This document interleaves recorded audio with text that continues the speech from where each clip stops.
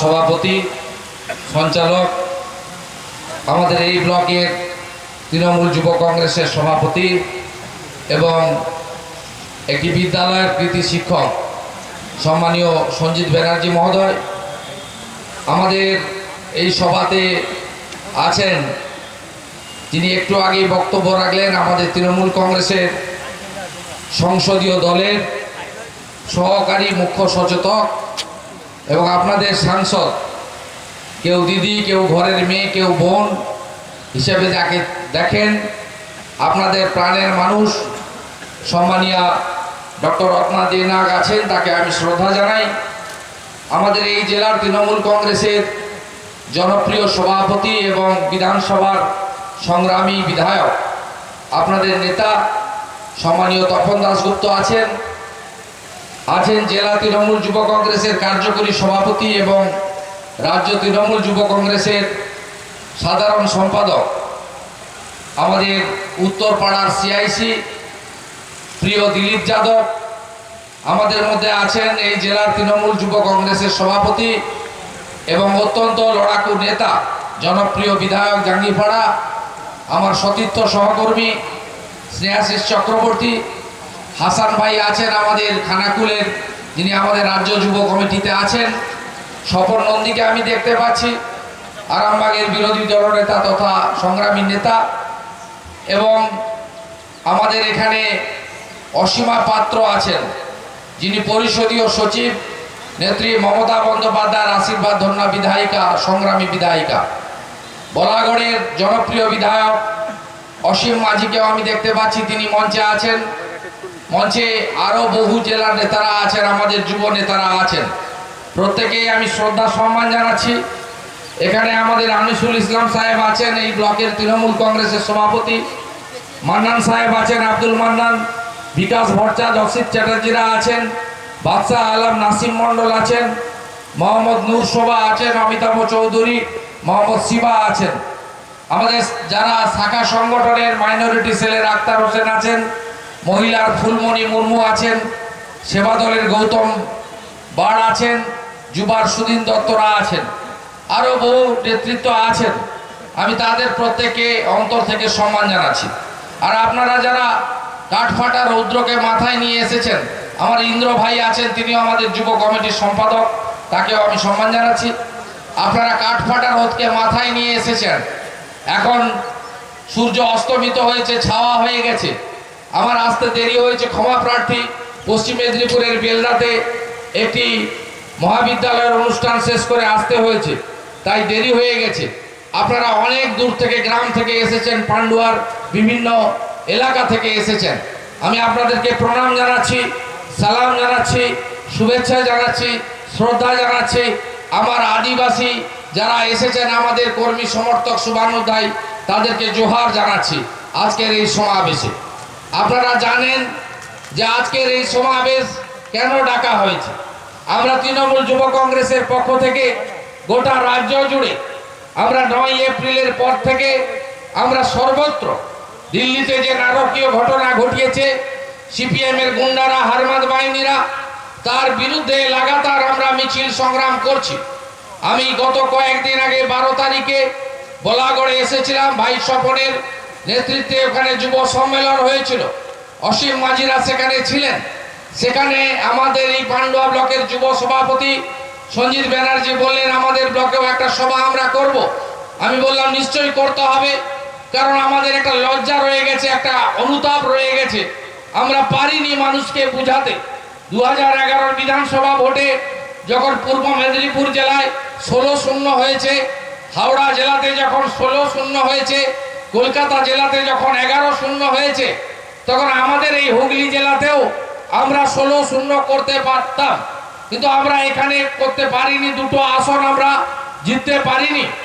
একটা হলো সন্ত্রাস কবলিত গোঘাট, যেখানে সন্ত্রাস করে সিপিএম ফরওয়ার্ড ব্লকের লোকরা সামান্য ভোটে জিতেছে, আর এই একটা কেন্দ্র পান্ডুয়া, যেখানে সিপিএম এর প্রার্থী মানুষকে কিছুটা বিভ্রান্ত করে এই আসনটা নিয়ে নিয়েছে, যেটা গত 23 মাস ধরে সেই বিধায়ককে টিভিতে দেখা যায়, বিধানসভায় মারপিট করতে দেখা যায়, বিধানসভায় অধ্যক্ষের চেয়ার ধরে টানাটানি করতে দেখা যায়, পান্ডুয়ার মানুষের উন্নয়নে যাকে দেখা যায় না, তিনি পিছন দিয়ে ফাঁক কেটে বেরিয়ে গেছেন।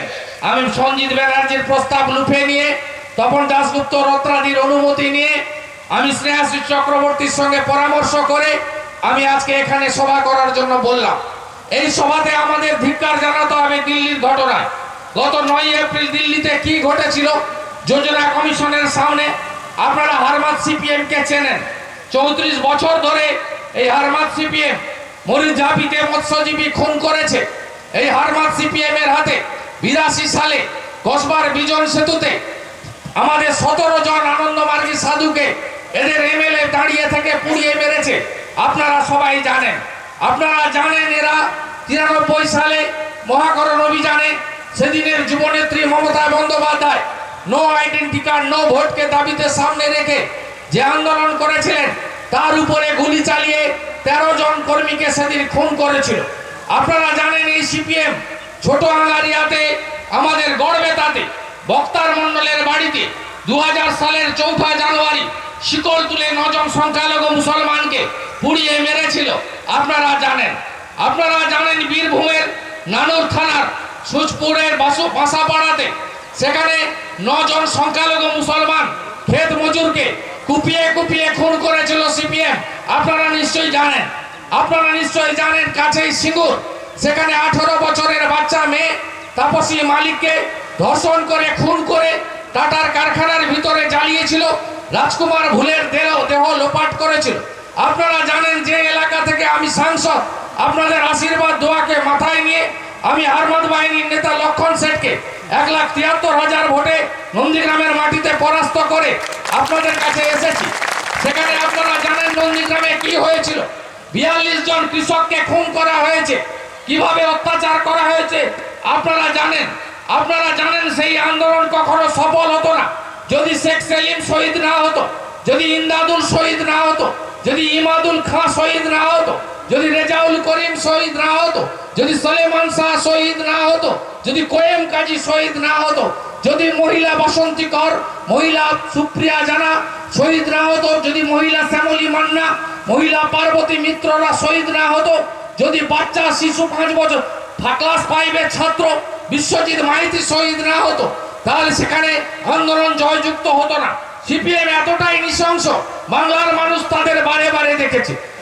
বিধানসভা ভোটের আগে 2011 আগে 7 জানুয়ারি লালগড়ের নেতাই গ্রামে কিভাবে 9 জনকে খুন করা হলো, কিভাবে 9 জনের মধ্যে 4 জন গৃহবধূ ফুলকুমারী মাইতি, সরস্বতী ঘোড়াই, গীতালি আদক, আরতি মন্ডল সহ 9 জনকে খুন করলো সিপিএম। আপনারা সেটা দেখেছেন। অভয় ঘোষদের উৎপাত, অর্বাচীন অনিল বসুদের লাফানো, আপনাদের শেষ স্মৃতি নিশ্চয় আপনারা ভুলে যাননি। কিন্তু আমরা কখনো ভাবতে পারিনি যে ভারতবর্ষের রাজধানী দিল্লিতে মমতা বন্দ্যোপাধ্যায় আর তার মন্ত্রীদের উপরে এই ধরনের হামলা হতে পারে। মমতা ব্যানার্জি দিল্লিতে গেছিলেন সর্বভারতীয় তৃণমূল কংগ্রেসের কোন সম্মেলনে যোগ দিতে নয়। মমতা ব্যানার্জি দিল্লিতে গেছিলেন কেন্দ্রীয় সরকারের বিরুদ্ধে কোনো আন্দোলনের জন্য নয়। তাকে ডেকে পাঠানো হয়েছিল যোজনা কমিশনে পশ্চিমবাংলার উন্নয়নের যে প্যাকেজ, অর্থনৈতিক বিষয়ে আলোচনা করার জন্য। নেত্রী মমতা ব্যানার্জি, তার সঙ্গে 3 জন মন্ত্রী ছিলেন, অর্থমন্ত্রী অমিত মিত্র, পৌর নগর উন্নয়ন মন্ত্রী ফিরহাদ হাকিম, পঞ্চায়েত ও গ্রামোন্নয়ন মন্ত্রী সুব্রত মুখার্জি। টিভিতে আপনারা দেখেছেন যে একজন এত সর্বভারতীয় মাপের নেতৃত্ব, একজন বিশ্ববন্দিত নেতৃত্ব, একজন বাংলার একটি প্রদেশের মুখ্যমন্ত্রী, তিনি গেছেন সরকারি কাজে। আর কলকাতা থেকে বিমান বসু, বুদ্ধদেব ভট্টাচার্যরা ওই ইঁদুরগুলোকে পাঠিয়েছিল। একটার নাম ঋতব্রত আর একটার নাম শতরূপ। এদের সঙ্গে কিছু লেটেল বাহিনী, কিছু হামলাকারী হারমাতকে সেখানে পাঠানো হলো। মমতা বন্দ্যোপাধ্যায়কে আক্রমণ করো, তার মন্ত্রীদের উপরে আক্রমণ করো। টিভিতে আপনারা দেখেছেন। এই লজ্জা রাখার জায়গা নেই। এটা বাংলা বাঙালির উপরে আক্রমণ বলে আমরা মনে করি। আমরা এর বিচারের ভার মানুষের উপরে ছেড়ে দিয়েছি। আমরা জানি 60-এর দশকে বামপন্থী নেতা জ্যোতিবাবুকে লক্ষ্য করে পাটনা স্টেশনে একটা গুলি চলেছিল। সেই গুলি চালানোর প্রতিবাদে বামপন্থীরা পশ্চিমবাংলায় একদিনে 100 জন বিরোধী দলের নেতা কর্মীকে খুন করেছিল। আর মমতা বন্দ্যোপাধ্যায় এত বড় মাপের নেত্রী বাংলার মুখ্যমন্ত্রী, তিনি আক্রান্ত হওয়ার পরে তার দল এতটাই নিয়ন্ত্রিত, তিনি দিল্লি থেকে অসুস্থ অশক্ত শরীরে তিনি নির্দেশ দিয়েছিলেন একটা জায়গা তো কোনো মানুষের উপরে যেন আক্রমণ না ঘটে। আজকে মমতা বন্দ্যোপাধ্যায় সেই নির্দেশ আমাদের কর্মীরা অক্ষরে অক্ষরে পালন করেছে বলে বাংলাতে এত বড় ঘটনার পরেও একজন সিপিএম কর্মী নাম বলতে পারবেন না যিনি এই ঘটনায় আহত হয়েছেন অথবা নিহত হয়েছেন। হ্যাঁ, কিছু পার্টি অফিসে জনগণ সেখানে গিয়ে জবাব চেয়েছিল। আমাদের ঘটনা ঘটার সাথে সাথে তারা বলছে পার্টি অফিস থেকে নাকি জিনিসপত্র লুটপাট হয়ে গেছে। আমরা বলি বন্ধু, সিপিএম এর পার্টি অফিসে যা ছিল সব 2011 সালে 13ই মে ভোট গণনার আগেই নেতারা বাড়িতে নিয়ে চলে গেছেন। সিপিএম এর পার্টি অফিসে এখন কয়েকটা প্লাস্টিকের ভাঙা চেয়ার ছাড়া অন্য কিছু পাওয়া যাবে না। তাই আমাদের এত দুর্দশা হয়ে যায়নি যে আমরা সিপিএম এর পার্টি অফিসে হামলা করব। সিপিএম এর পার্টি অফিস থেকে ওই ভাঙা প্লাস্টিকের 125 টাকা দামের চেয়ারগুলো তুলে নিয়ে পালিয়ে যাব, এত দুর্দশা তৃণমূল কংগ্রেসের হয়নি। আমরা আন্দোলন করছি, আমরা বিচারের ভার জনগণের উপর ছেড়ে দিতে চাই। এই জনগণ যদি মনে করেন দিল্লিতে তাদের মুখ্যমন্ত্রীর উপরে, অর্থমন্ত্রীর উপরে, পঞ্চায়েত মন্ত্রীর উপরে হামলা সঠিক কাজ হয়েছে, তাহলে আগামী পঞ্চায়েতের ভোট কবে হবে আমি জানি না, মীরা দেবী কবে ভোট করবেন আমি জানি না, হাইকোর্ট কি বলবে আমি জানি না। আমি বলি সামরিক বাহিনী আসুক, অথবা আধা সামরিকই আসুক, অথবা লাঠি আর বন্দুক নিয়ে পুলিশ আসুক, দাঁড়িয়ে থাকুক, আমাদের আপত্তি নেই। যেদিন ভোটটা হবে পান্ডুয়া ব্লকে দিল্লির ঘটনার প্রতিবাদে আপনারা চট ঘেরা জায়গায় যাবেন এবং 3টে ব্যালট পাবেন, একটা গ্রাম পঞ্চায়েতের, একটা পঞ্চায়েত সমিতির, একটা জেলা পরিষদে। এই 3টে ব্যালট হাতে নিয়ে জোড়া ফুলের উপরে কোষে ছাপটা লাগাবেন, দিল্লিতে সিপিএম এর হামলার আসল জবাব হয়ে যাবে। এই আবেদন আমি আপনাদের কাছে করতে চাই। উন্নয়নের কথা বলছেন 23 মাসে, তাদের কথা আমি বলবো। আমাদের আদিবাসীদের কথা যদি শুরু করি, 1925 সালে রঘুনাথ মুর্মু, পণ্ডিত রঘুনাথ মুর্মু, তিনি অলচিকি লিপিতে আবিষ্কার করেছিলেন সাঁওতালি ভাষা। 2002 সালে ভারতবর্ষে 8ম তফসিলে সেই সাঁওতালি ভাষা স্বীকৃতি লাভ করে, কিন্তু পশ্চিম বাংলায় আদিবাসীদের জন্য কেউ ভাবেনি, করেনি। মমতা ব্যানার্জি আদিবাসীদের জন্য সাঁওতালি ভাষাতে স্কুলগুলোতে প্যারা টিচার নিয়োগ করে দিয়েছেন, সাঁওতালি ভাষাকে স্বীকৃতি দিয়েছেন মমতা বন্দ্যোপাধ্যায়, জননেত্রী মমতা বন্দ্যোপাধ্যায় সরকার। মহিলাদের কথা বলবো, স্বামী বিবেকানন্দের জন্মের 151তম বর্ষে আমরা পড়েছি। স্বামীজি কি বলেছেন যে একটা পাখি যেমন তার একটা ডানা যদি পক্ষাঘাতগ্রস্ত হয় কখনো উঠতে পারে না, তেমনি একটা সমাজও কখনো তারা শুধুমাত্র পুরুষদের নিয়ে এগোতে পারে না, তার পুরুষ এবং নারীর মধ্যে সমান অধিকার দিতে হয়। একথা স্বামী বিবেকানন্দ বলেছেন। লোকসভাতে 3 বছর আগে পৌরসভা পঞ্চায়েতে 72-73তম সংবিধান সংশোধন করে পঞ্চায়েত এবং নগরপালিকা বিলে মহিলাদের জন্য আসন সংরক্ষণ এই পঞ্চায়েত এবং পৌরসভায় 50 ভাগ করা হয়েছে, করেছে কেন্দ্রীয় সরকার। কিন্তু আপনারা প্রশ্ন করুন, ওই গেরুয়া ঝান্ডাধারী বিজেপির লোকেদের সাম্প্রদায়িক নেতা নরেন্দ্র মোদী, গুজরাটের মুখ্যমন্ত্রী, তিনি তার গুজরাটে চালু করতে পারেননি। সিপিএম কে প্রশ্ন করুন, তাদের নেতা মানিক সরকার এখনো শিবরাত্রি সলতের মতো ত্রিপুরায় মুখ্যমন্ত্রী আছেন, ত্রিপুরাতে চালু হয়নি। প্রশ্ন করুন কংগ্রেসের লোকেদের, তাদের অশোক গেহলট রাজস্থানের মুখ্যমন্ত্রী, তিনি চালু করতে পারেননি। চালু করেছেন কে? মমতা বন্দ্যোপাধ্যায় 50% মহিলাদের সংরক্ষণ দিয়েছেন পঞ্চায়েতে।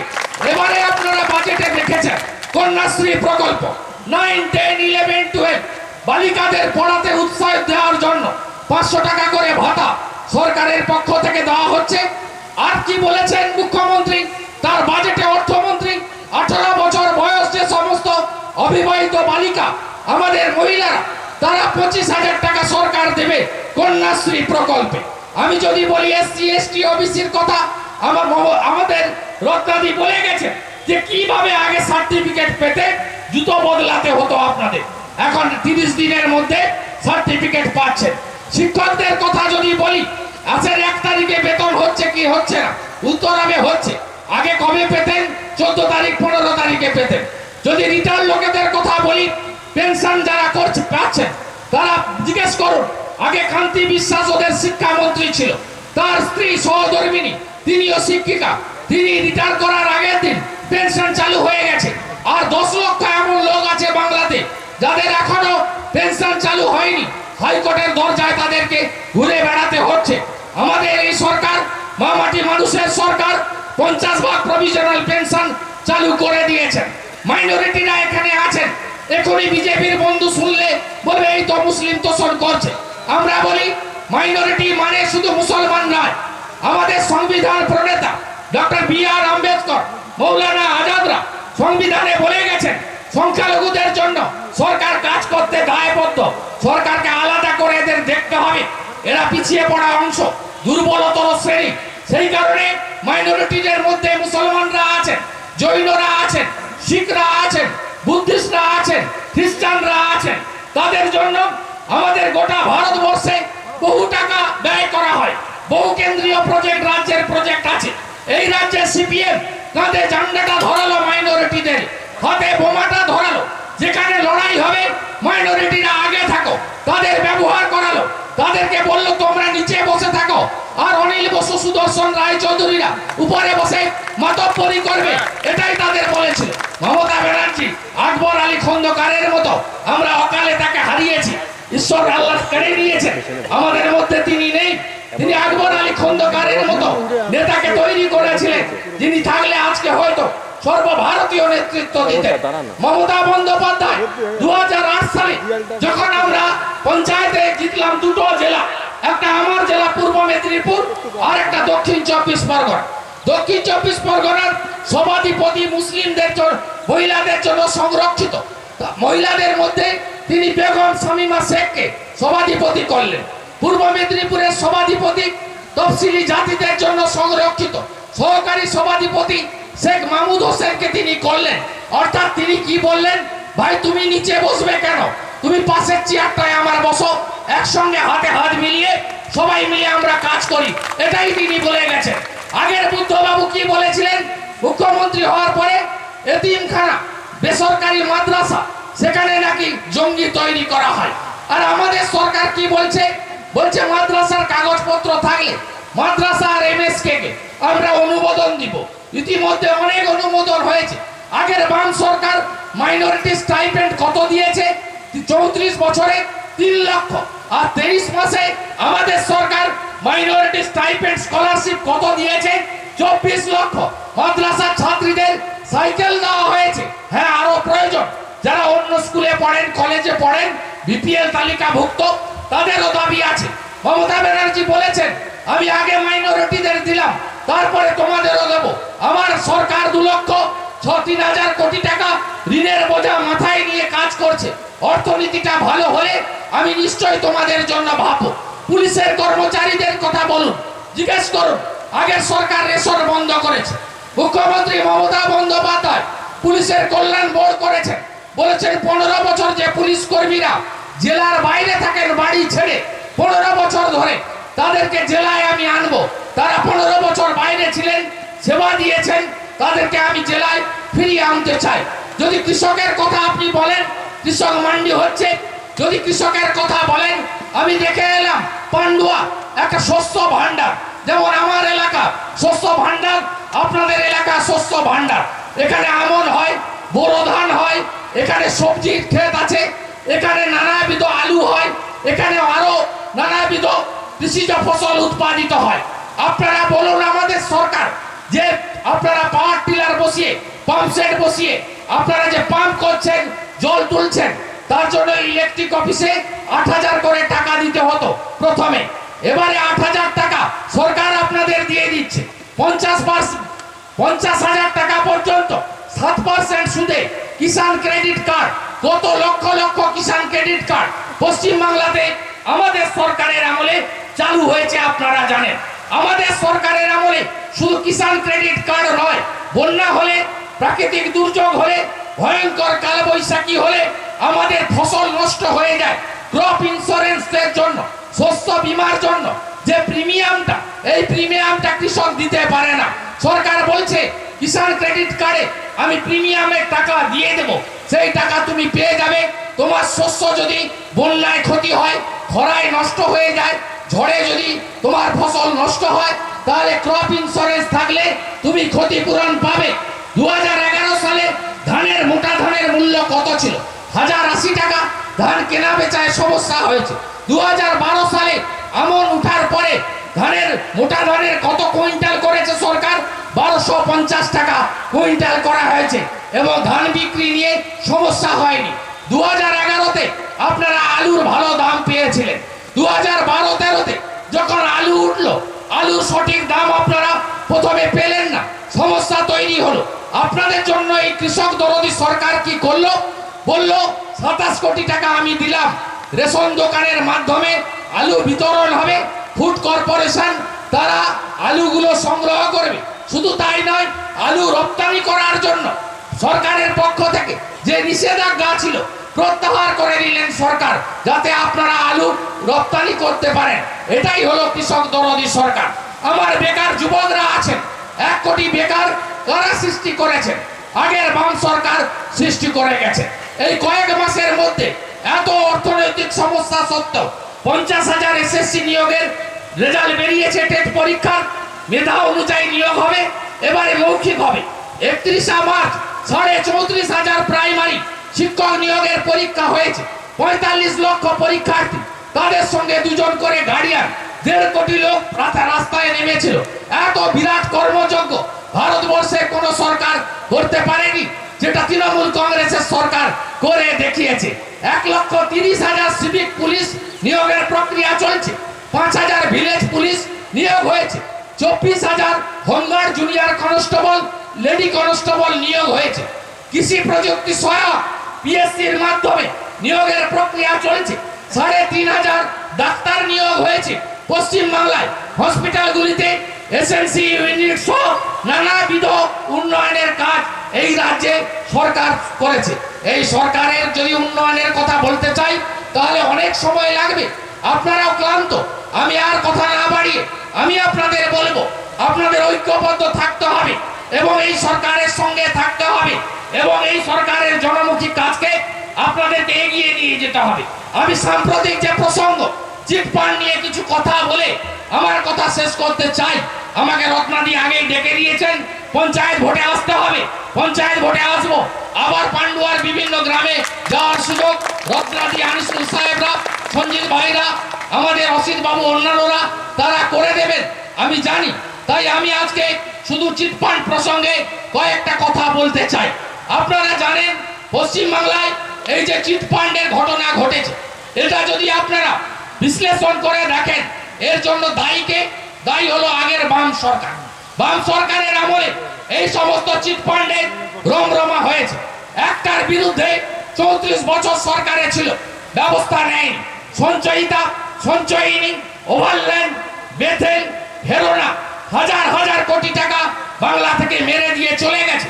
দীর্ঘ 34 বছর আইন তৈরির কথা ওরা ভাবেনি, আইন তৈরি করার কথা ভাবেনি এবং পশ্চিম বাংলায় চিটফান্ডের নামে গরিব মানুষকে সর্বশান্ত করার ব্যবস্থা করেছে। আপনারা বলুন, এই যে সারদা কাণ্ডের ঘটনা নিন্দনীয়, লজ্জাজনক, ঘৃণ্য ঘটনা, অকপটে আমরা স্বীকার করি। এই ঘটনা ঘটার সাথে সাথে মুখ্যমন্ত্রী, আমাদের সরকার কি ব্যবস্থা নিলেন?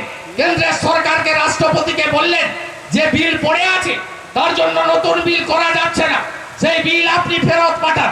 ফেরত আনিয়ে না হয়ে